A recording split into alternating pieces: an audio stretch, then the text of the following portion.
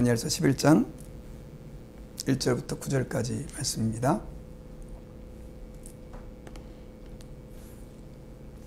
우리 같이 한 절씩 교독하겠습니다. 내가 또 메대 사람 다리오 원년에 일어나 그를 도와서 그를 강하게 한 일이 있었느니라. 이제 내가 참된 것을 내게 보이리라. 보라, 바사에서 또 새 왕들이 일어날 것이요 그 후에 넷째는 그들보다 심히 부유할 것이며 그가 그 부유함으로 강하여진 후에는 모든 사람을 충동하여 헬라 왕국을 칠 것이며 장차 한 능력 있는 왕이 일어나서 큰 권세로 다스리며 자기 마음대로 행하리라. 그러나 그가 강성할 때 그의 나라가 갈라져 천하 사방에 나누일 것이나 그의 자손에게로 돌아가지도 아니할 것이요 또 자기가 주장하던 권세대로도 되지 아니하리니 이는 그 나라가 뽑혀서 그 외에 다른 사람들에게로 돌아갈 것임이라. 남방의 왕들은 강할 것이나 그 군주들 중 하나는 그보다 강하여 권세를 떨치리니 그의 권세가 심히 클 것이요 몇 해 후에 그들이 서로 단합하리니 곧 남방왕의 딸이 북방왕에게 가서 화친하리라. 그러나 그 공주의 힘이 쇠하고 그 왕은 서지도 못하며 권세가 없어질 뿐 아니라 그 공주와 그를 데리고 온 자와 그를 낳은 자와 그때 도와주던 자가 다 버림을 당하리라. 그러나 그 공주의 본 족속에게서 난 자 중에 한 사람이 왕위를 이어 권세를 받아 북방왕의 군대를 치러 와서 그의 성에 들어가서 그들을 쳐서 이기고 그 신들과 부어 만든 우상들과 은과 금의 아름다운 그릇들은 다 노략하여 애굽으로 가져갈 것이요 몇 해 동안은 그가 북방왕을 치지 아니하리라. 북방왕이 남방왕의 왕국으로 쳐 들어갈 것이나 자기 본국으로 물러가리라. 아멘. 네, 할렐루야, 반갑습니다. 제가 아직까지 코로나가 증상 같은 건 다 없어졌는데 아직까지 양성 반응이 좀 아까 오전에 체크해 봤는데 나와서 할 수 없이 여러분들과 함께 이렇게 온라인으로 또 예배를 드리게 됐습니다. 교인들 가운데 아직도 코로나에 걸려 있는 분들 계시고요. 또 이렇게 몸은 많이 나아졌는데 저처럼 양성 반응이 있으신 분들이 많이 계세요. 그래서 여러분들 계속해서 기도해 주시면 감사하겠고요. 또 오늘 이렇게 온라인으로 이렇게 금요 기도회를 하게 돼서 참 죄송하지만 그러나 이 기도회 가운데에도 주께서 임하시는 그런 놀라운 역사가 있기를 진심으로 소망합니다. 오늘은 복수의 무모함이라고 하는 제목으로 하나님 앞에 우리가 다니엘서 11장 말씀을 중심으로 주의 말씀을 듣기 원합니다. 누군가에게 상처를 받으면 복수하고 싶어 하는 것은 우리 인간의 본능이다 라고 얘기를 해도 과언이 아닙니다. 그런데 이 복수라고 하는 것은 또 다른 복수를 만들어냅니다. 그리고 그 복수가 또 다른 복수를 낳게 되고요. 계속해서 반복되어지는 것이 복수라고 하는 것이죠. 그래서 하나님께서는 복수하는 것, 원수 갚는 것이 내게 있다라고 말씀을 하신 적이 있습니다. 그리고 우리가 복수를 하게 되다 보면 결국은 그 복수는 두 사람을 다 망하게 만드는 그런 결과를 낳게 된다는 것이죠. 제가 예전에 그 TV에서 어떤 프로인지 잘 기억은 안 나는데 그 다큐멘터리 같은 거였었어요. 그 두 식당이 많은 식당가가 자리 잡은 곳에 두 식당이 있었는데 사소한 문제로 이 두 식당이 서로 갈등을 하게 됐습니다. 아마 손님 문제로 그랬던 것 같은데요. A 식당이 B 식당에 불만을 품고 이렇게 자꾸 어필을 했는데 이 B 식당에서 잘 들어주질 않습니다. 그래서 그 A 식당 주인은 그 B 식당을 정부에다가 고발을 하게 되는데 그 건수가 뭐였냐면 그 간판이 정부가 정한 규격에 맞지 않다라고 하는 것을 가지고 신고를 하게 됐어요. 정부에서 딱 보니까 정말 그 규격이 안 맞는 거예요. 그래서 그 간판을 철거하라고. 그래서 아주 비싼 돈을 들여서 다시 간판을 하게 됐습니다. 그런데 이 B 이 식당은 그거에 기분이 또 나빠가지고요. A를 또 다시 고소를 하죠. 그렇게 해서 A 간판도 보니까 규격이 안 맞는 거예요. 그래서 그 A를 또 이 사람은 고소를 B는 하게 됩니다. 그러면서 이제 고소가 시작이 됐는데 건수, 꼬투리, 식당의 위생 문제 하나하나 다 그렇게 고소를 하게 되는데 그 고소를 몇 년 동안 하게 되는데 비용도 엄청 많이 들었고요. 결국 결론은 뭐냐? 두 식당이 다 망하게 되었다라고 하는 그런 가슴 아픈 스토리였습니다. 세상에서도요, 복수를 하게 되면 다 망합니다. 그래서 하나님께서는 복수 갚는 것이, 원수 갚는 것이 내게 있다라고 말씀하시면서 복수를 금하셨는데요. 역사에 보면 참 이런 일들이 굉장히 많이 일어나 있었습니다. 오늘 본문에도 보면요, 그런 역사의 한 장면들이 다니엘서의 예언 가운데 드러나 있는데요. 여러분, 오늘 다니엘서 11장의 내용을 좀 이해하기 위해서는 다니엘서 10장의 내용을 우리가 좀 이해를 해야 합니다. 다니엘이 이제 히브리 유대력으로 신년이 돼가지고 보통 유대인들은 이틀씩 금식을 하는데요, 3일째부터 21일 금식에 들어갑니다. 이 고국에 돌아간 그 이스라엘 백성들이 성전을 재건하려고 했는데 이게 잘 제대로 되지 않아 가지고 아무것도 못하고 있는 어려운 상황에 대한 이야기를 다니엘이 듣고 나서 하나님 앞에 완전한 금식은 아니지만 어쨌든 21일이나 되는 그 긴 기간 동안 기도하기를 결정을 하게 됩니다. 그렇게 해서 열심히 기도를 하는 가운데 하나님의 천사가 그에게 나타나죠. 그래서 그 다니엘에게, 천사가 나타나기 전에 먼저 성자 예수님이 그 기도하는 다니엘에게 나타납니다. 그래서 그 순금 띠를 띠고 세마포 옷을 입은 그 선제하셨던 예수님, 성자 예수님이 다니엘에게 나타나고요. 그리고 나서 이 환상을 보고 다니엘이 기절해가지고 쓰러져 있었을 때 가브리엘 천사가 나타나가지고 그를 일으킵니다. 일으키면서 다니엘에게, 네가 처음 기도를 시작했을 때 내가 그 응답을 갖고 왔지만은 그 바사의 군주가 나를 막아서 21일 동안이나 지체됐다. 그런데 미가엘 천사가 와서 도와줘가지고 그렇게 내게 응답을 가지고 왔다. 그렇게 이야기를 하죠. 그 상태에서 다니엘은 이제 거의 말 그대로 힘이 다 탈진되고 쓰러져 있었는데 또 다른 한 명의 천사가 와가지고 다니엘을 만져가지고 굉장히 강건한 힘을 허락해 줍니다. 그리고 나서 그 천사가 이제 다시 한번 다니엘에게 예언을 해주는데 그 내용이 뭐냐면 바사 왕의 군주와 내가 싸울 것이다. 그리고 나간 후에는 헬라의 군주가 이를 것이다 라고 하는 예언을 10장 뒷부분에서 그렇게 하게 됩니다. 바사 왕의 군주가 그 뒤에는 이제 물러가고 헬라의 군주가 세상을 지배하게 된다라고 하는 그 예언이었는데요.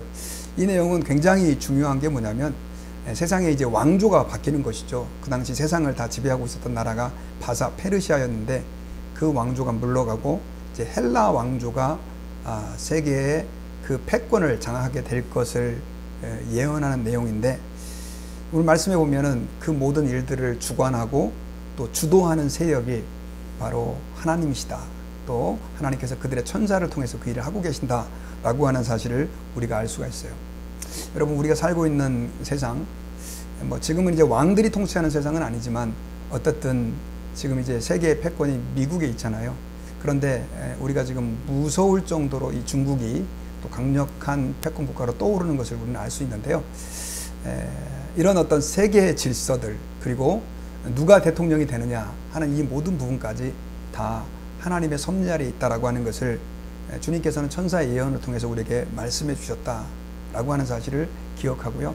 저희들이 이 땅에 일어나는 그 모든 일 가운데 섭리하시는 그 하나님을 조금 주의 깊게 의식을 해야 될 줄 믿습니다. 그리고 나서 이제 11장에 들어오게 되는데요.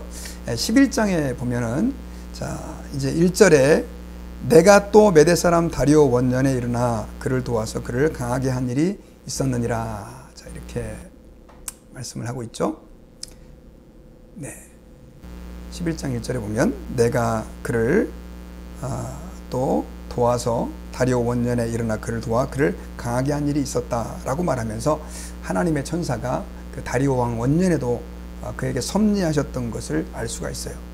자, 그런데 그 이후에 2절에 보면 이제 구체적으로 그 바사의 새 왕들이 일어날 것을 예언을 해요.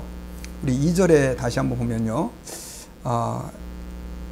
이제 내가 참된 것을 내게 보이리라. 보라, 바사에서 또 새 왕들이 일어날 것이요 그 후에 넷째는 그들보다 심히 부유할 것이며 그가 그 부유함으로 강하여진 후에는 모든 사람을 충동하여 헬라 왕국을 칠 것이며 라고 예언을 했죠. 자, 바사에서 새 왕들이 일어날 것이다 라고 천사가 예언을 하는데요. 이 예언은 실제로 그대로 성취가 됐습니다. 조금 여러분 뭐 이름을 기억할 필요는 없겠지만 그 새 왕은 캄비세스, 스멜디스, 다리오, 히스타스피스라고 하는 그 왕들인데요. 이 다니엘의 예언 이후에 계속해서 이 새 왕들이 나타났고요. 그리고 나서 네 번째 왕에 대한 그 예언을 합니다. 자, 보면 다시 2절 뒷부분에 보면요. 자, 그 후에 넷째는 그들보다 심히 부요할 것이며 그가 그 부요함으로 강화해진 후에는 모든 사람을 충동하여 헬라 왕국을 칠 것이며 이렇게 기록되어 있죠. 자, 이 말씀에 나오는 네 번째 왕은요, 그 에스더서 성경에 나오는 아수에로로 언급된 크세르크세스라고 하는 페르시아의 왕입니다. 그는 왕에 즉위한 이후에 부왕 다리오가 아버지가 실패한 그 헬라 정복 사업을 열심히 하게 됩니다. 그래서 그 힘을 바탕으로 마게도냐를 공격을 했는데, 그런데 문제는 그의 정복 사업이 나중에는 이제 실패로 돌아가게 되는데, 살라미스 전투에서 헬라의 알렉산더에게 결정적으로 패배를 하게 됩니다. 그리고 그 플라타이아 전투를 끝으로 인해 가지고 실제로 페르시아가 예언대로 멸망하게 돼 버려요. 그러니까 오늘 2절 말씀이 역사 속에서 그대로 성취가 되죠. 그리고 나서 이제 3절에서 장차 한 왕에 대한 예언이 기록되어 있거든요. 자, 3절에 보면 한 번만 더 읽어보겠습니다. 장차 한 능력 있는 왕이 일어나서 큰 권세로 다스리며 자기 마음대로 행하리라. 장차 한 능력 있는 왕이 일어나서, 여기서 이 장차 한 능력 있는 왕은 누구를 얘기하냐면 바로 헬라의 알렉산드리아 왕을 의미합니다. 그가 엄청나게 빠른 속도로 온 세상을 그 젊은 나이에 정복합니다. 그래서 사방에 흩어져 있었던 그 나라들을 다 점령을 하게 되는데, 오늘 본문에 보면 큰 권세로 다스리며 자기 마음대로 행하리라 이렇게 돼 있죠. 그런데 이렇게 강성할 것 같던 그 헬라가 갑자기 이 망해서 나라가 찢어지게 됩니다. 자, 우리 4절을 보시면 같이 한번 읽어볼게요. 시작. 그러나 그가 강성할 때 그의 나라가 갈라져 천하사방에 나누일 것이나 그의 자손에게로 돌아가지 아니할 것이요 또 자기가 주장하던 권세로도 되지 아니하리니 이는 그 나라가 뽑혀서 그 외에 다른 사람들에게로 돌아갈 것이라. 이렇게 예언이 돼 있죠.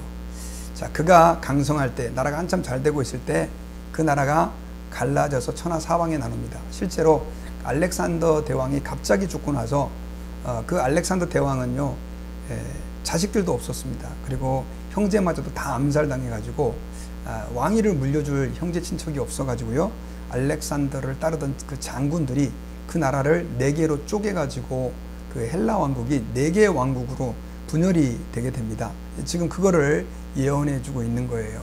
그래서 오늘 말씀에 보면 자기가 주장하던 권세로도 되지 아니하리니 이는 그 나라가 뽑혀서 그 외에 다른 사람들에게로 돌아갈 것이다. 이렇게 예언을 했는데, 이 예언도 실제로 헬라가 4개의 왕조로 나눠짐으로 인해서 성취가 된 것을 알 수가 있습니다. 자, 그리고 나서 5절에 보면요, 남방의 왕들은 강할 것이나 그 군주들 중 하나는 그보다 강하여 권세를 떨치리니 그의 권세가 심히 클 것이요. 이렇게 기록되어 있죠. 자, 여기서의 남방의 왕조는 뭘 얘기하느냐면 바로 그 나눠진 그 4개의 왕조 가운데 이 남쪽에 그 이집트 지역이죠. 애굽을 다스리고 있었던 그 왕조가 톨레미 왕조라고 하는 그 왕조인데요. 이 톨레미 왕조가 4개의 왕조 가운데 제일 강한 힘을 가지고 있었습니다. 그래서 굉장히 막강한 권세를 자랑하고 있었는데, 남방왕이 실제로 이렇게 강해지게 되는데, 그 몇 해 후에 이제 어떤 일이 일어나게 되냐면요, 우리 6절 보면 몇 해 후에 그들이 서로 단합하리니 곧 남방왕의 딸이 북방왕에게 가서 화친하리라. 그러나 그 공주의 힘이 쇠하고 그 왕은 서지도 못하고 권세가 없어질 뿐 아니라 그 공주와 그를 데리고 온 자와 그를 낳은 자와 그때 도와주던 자가 다 버림을 당할 것이다.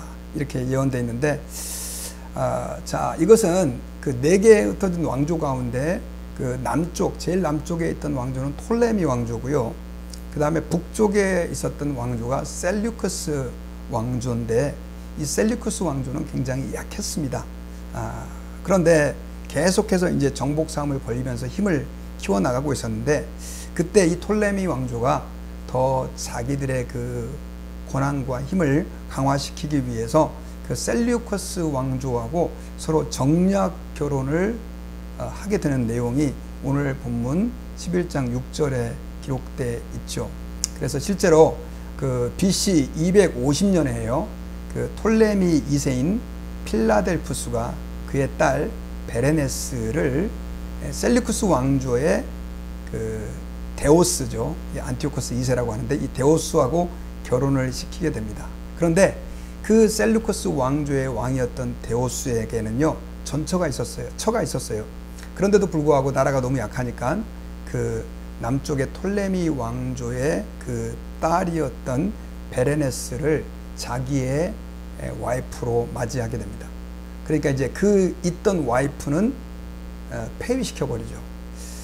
참 정치적으로 어쩔 수 없는 상황에 있었지만 참 말도 안 되는 상황이 벌어진 거죠. 그렇게 해가지고 결국은 이제 그 실제로 250년에 이런 정략 결혼이 있었는데 하나님의 천사가 다니엘을 통해서 이렇게 예언을 해주게 된 거예요. 그런데 문제가 생겼습니다. 어떤 문제가 생겼냐면요, 그 데오스의 그 아까 그 폐위시켰던 와이프를 폐위시키고 그 톨레미 왕조의 딸 그 베레네스를 왕으로 데려왔던 그 데오스에게 이제 문제가 생기죠. 어떻게 되냐면 그가 갑자기 이제 아니죠. 그 톨레미 왕조의 그 왕이 죽게 돼요. 갑자기 죽게 돼요. 그래가지고 이 데오스는 다시 그 현재 그 톨레미 왕조하고 정략 결혼했던 그 베레네스를 폐위시키고 전처를 복위시켜요. 다시 왕비로 돌리게 됩니다. 아마 미안했던 모양이에요. 그러고 나서 그 복귀되었던 그 전처가 그 라우디스인데요. 이 라우디스가 이제 어떤 일을 행하게 되냐면 그 베레네스, 폐위된 그 베레네스와 그리고 그와 함께 왔던 동조자들 또 그와 함께 했던 신하들을 다 죽여버리는, 그리고 자신의 심지어 남편, 자기를 폐위시켰던 그 데오스까지도 결국은 독살해서 죽여버리고요.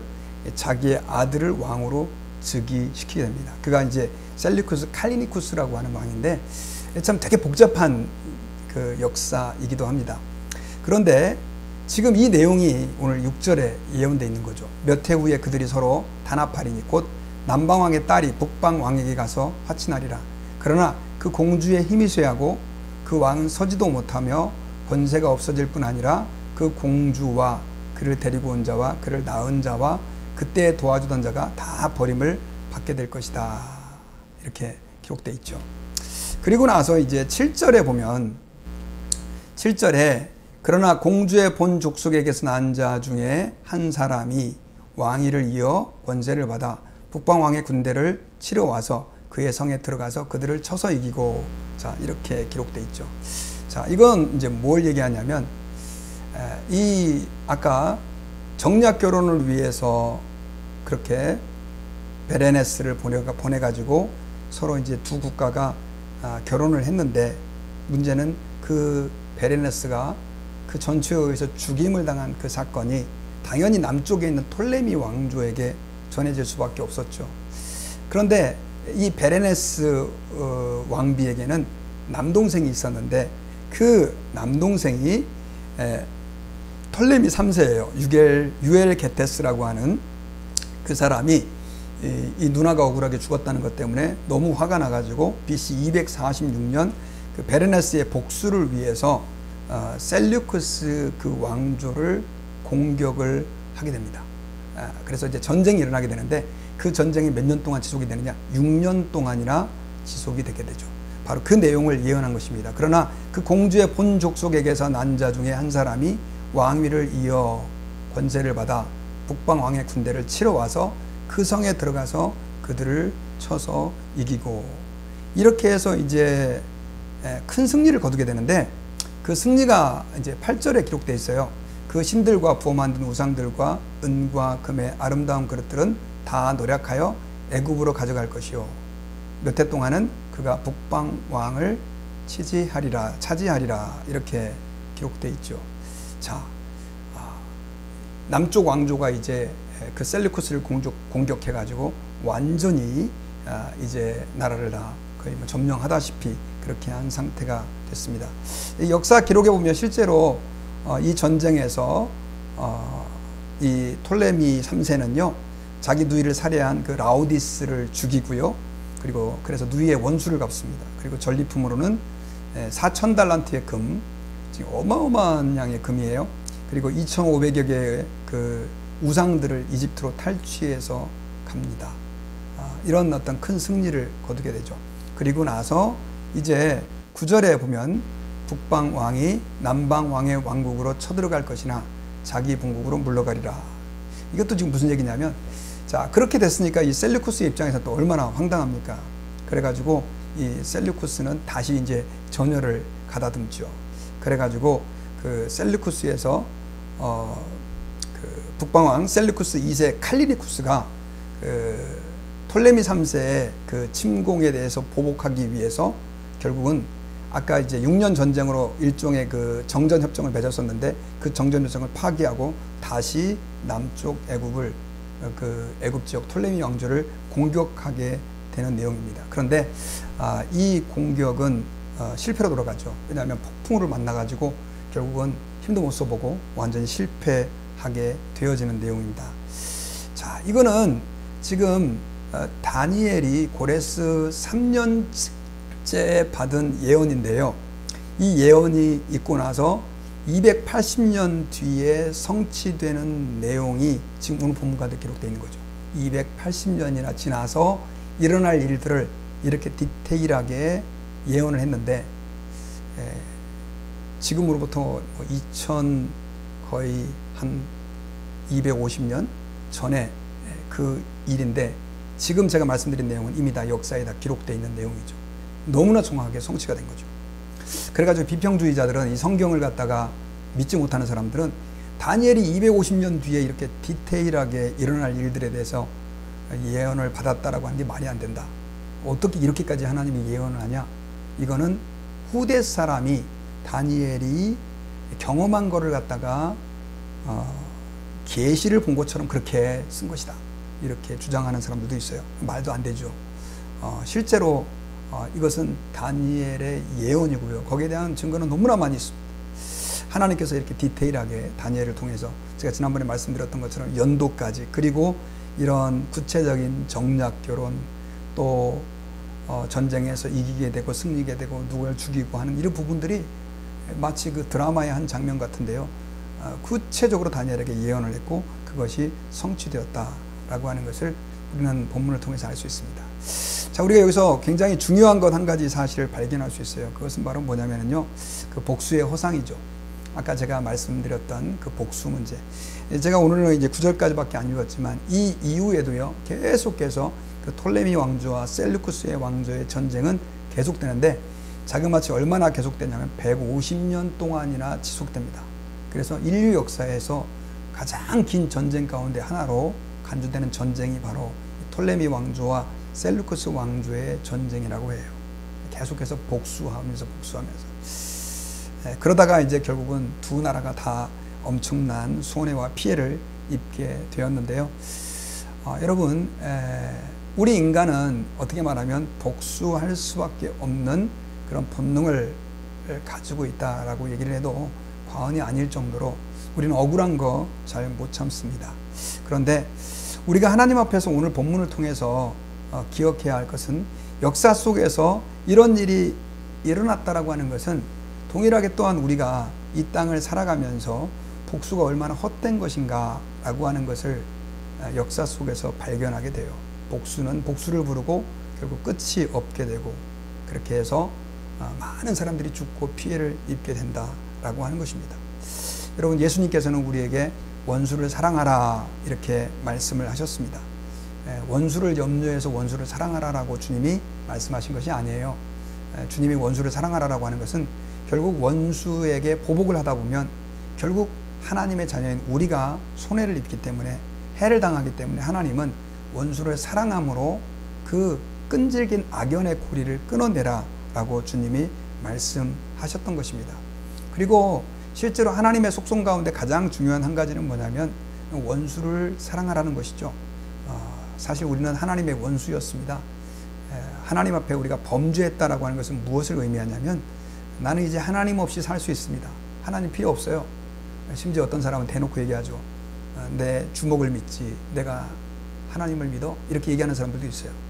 여러분, 우리 인간들은 적극적으로 하나님을 그렇게 거절하고 반역하고 배반하고 싫어하는 사람들도 있지만, 또 소극적으로 그렇게 표현은 안 하지만 하나님 없이 내가 살 수 있다라고 그렇게 생각하면서 사는 존재가 바로 우리 인간이라는 것이죠. 그런데 그런 우리를 하나님은 사랑하셨습니다. 그리고 로마서 5장 8절 말씀대로 우리가 아직 죄인 되었을 때 그리스도께서 우리를 위하여 죽으심으로 하나님께서 우리에게 대한 자기의 사랑을 확증하셨다라고 말하면서 결국 우리 원수 되었던 우리를, 죄인 되었던 우리를 주님은 사랑해 주셨던 것입니다. 예수님께서는 실제로 이 땅에서 십자가를 지실 때 그런 예들을 주님은 보여주셨죠. 예수님을 향해서 욕을 하고 침을 뱉고 네가 하나님의 아들이었거든 십자가에서 내려와 봐라 이렇게 하는 그들을 향해 주님은 아무것도 행하지 않으셨습니다. 콧바람 한 번이면 다 먼지로 만들어 버릴 수 있는 능력을 가지신 그분이 그들을 그렇게 하지 않고 오히려 주여 저들의 죄를 용서해 주십시오 라고 말하죠. 또 여러분, 그 초대교회 7집사 가운데 한 분이었던 스테반 집사님도 그가 하나님의 복음을 그들에게 증거했을 때 유대인들은 이를 갈면서 스테반을 돌로 쳐 죽이게 되는데, 그때 스테반도 예수님께서 했던 그 기도를 했습니다. 주여 저들의 죄를 저들에게 돌리지 마시옵소서. 그렇게 기도했던 것을 알 수가 있습니다. 여러분, 역사에는 수많은 전쟁들과 또 다툼들이 있죠. 지금도 보면 러시아와 우크라이나의 이 전쟁이 있는데, 이들의 문제는 보복의 문제는 아니라 할지라도 결국 인간의 탐욕과 또 원수를 갚는다라고 하는 그 앙심의 마음이 사실 푸틴에게 있었던 거죠. 그러다 보니까 지금 이런 문제가 생기게 되었는데요. 여러분, 이 복수는 하나님이 원하시는 마음이 아닙니다. 그리고 복수는 그 칼이, 상대방을 향했던 칼이 결국 자기에게로 날아들게 되어 있다라고 하는 사실을 기억하고, 우리가 하나님 아버지 앞에서 행여나 나에게 상처를 준 사람을 용서하지 못하고 지금도 이를 갈고 그 인간 내가 만나기만 해봐라, 그 인간 내가 절대 가만히 안 둬라고 생각이 드는 분들이 계십니까? 그렇다고 한다면 이 시간에 하나님 아버지 앞에서 주님, 다니엘서의 이 놀라운 예언을 볼 때 결국 복수 때문에 시작된 전쟁은 계속해서 수많은 생명들을 죽여가고 결국 자기를 해치는 칼이 되었던 것을 우리가 알 수 있는데, 주님, 저희들이 우리의 삶 가운데 당하는 수많은 고통들, 우리에게 아픔을 주는 사람, 상처를 주는 사람들, 그들을 주님 말씀대로 용서하고 떠나보낼 수 있는 저희들이 되게 해달라고 기도하는 저희들이 되어야 될 줄 믿습니다. 제가 예전에 한번 얘기를 한 것 같은데요. 여러분, 용서, 사랑이라고 하는 것은 저는 큰 건 아닌 것 같아요. 내가 붙잡고 있는 그 앙심을 풀어 내려놓는 거예요. 왜냐하면 우리에게 상처를 준 사람들은 잊어버리고 말 그대로 멀쩡하게 잘 다니거든요. 그런데 이를 악물고 앙심을 품고 있는 사람은 그거 계속해서 마음에 품고 있고, 그러다 보면 결국 그게 나한테 상처가 되고 나와 하나님과의 관계를 깨트리고 우리를 병들게 만든다라고 하는 사실을 기억해야 합니다. 실제로 의사들이 하는 얘기는 우리 몸의 그 병의 90%가 다 스트레스 때문에 생긴다라고 얘기하지 않습니까? 그래서 우리는 하나님 앞에서 오늘 우리가 용서하지 못하는 사람들, 또 우리에게 상처를 준 사람들, 정말 생각만 하면 치가 떨리는 그런 사람들, 주님 앞에 우리가 맡겨드리고 하나님, 우리가 자유할 수 있게 해주십시오. 그렇게 기도하고 하나님 앞에서 주님이 주시는 평강을 경험하는 우리 모든 성도가 되기를 주의 이름으로 축원합니다. 같이 기도하겠습니다.